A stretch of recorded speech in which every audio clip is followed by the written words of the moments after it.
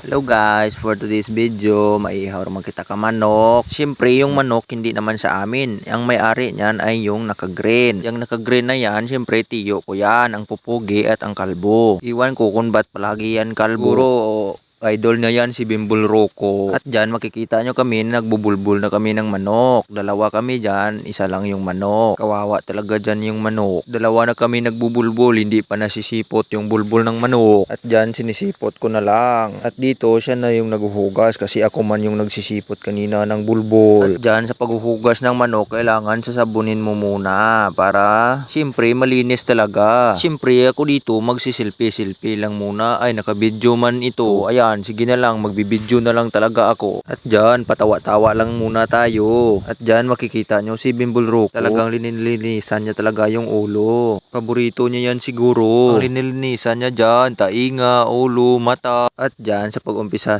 ng pagbubuka ng ating manok, unahin talaga yung paa. Siyempre, para hindi tayo mahirapan sa pagbubuka ng kanyang katawan. Pagkatapos ng paa, at yan, pakpak na naman. Kunin lang natin yung dalawang pakpak niya para mabubuka na siya talaga. Tapos hihiwa naman tayo ng konti sa puwit. Hindi ko alam kung para sa ano yan, yung paghiwa. At dyan may nakita na naman ako na isang manok. Parang gusto niya magpapaihaw. Hindi pa gani kami tapos sa pag-ihaw ng isang ito. At dyan yung manok natin, pinipihak na talaga. Parang nakikita ko, parang nahihirapan si Bimbol Rocco. At di talaga umaalis yung manok na ito. Baka gusto niyang mag-suicide talaga nito. Ulatin mo lang kami na makatapos dito.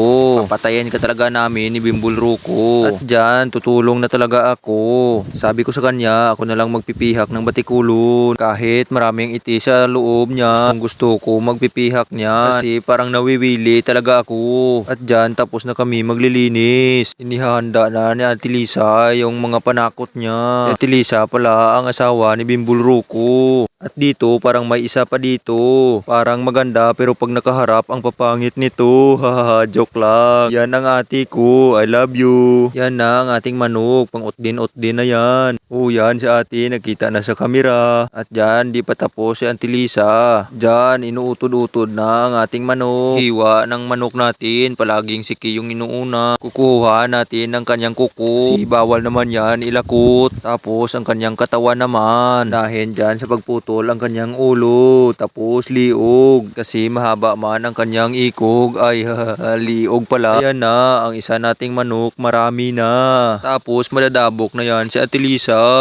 Tapos na rin ang ating panakot. At dito kami ni Pangit. Patawahay lang. Tawa-tawa lang. Di ko alam kung bakit tumatawa kami dyan. Para kaming buang. At dyan guys, umpisa ng umuulan. Parang ang nanami naman ng tsimpo. Bakit tumulo ang ulan? Siguro nagsama-sama ang mga buang. At yan, sa loob na ng kaldero ang ating manok. Na, lagyan na yan ng mga panakot. Tanglad, labog, asin, bitsin, paghigugma at pagmamahal. Di na yan pala kasama. Yan ang ating mga panakot. Labog, katumbal, tapos balaga. Parang ang sarap kainin ng ating katumbal. Ala, bakit kasama pa yan? Turutot man yan. Diyan na si Bimbol Rocco. Ilagay na niya yung tanglad, asin, at saka bitsin. Ay, sa urhi pala yung bitsin. Bakit nauuna talaga ako? Ayan na yung bitsin natin. Pagkatapos ilagay yung bitsin, ilagay na ang ating labog. Hindi yan labog na long ha. Baka akala nyo long. Labog yan na halaman. Siyempre, hindi talaga mawawala ang mga buang sa video natin. Yan na naman ang mukha natin. Kasama natin yung pangit. Madadamay na naman ako dyan.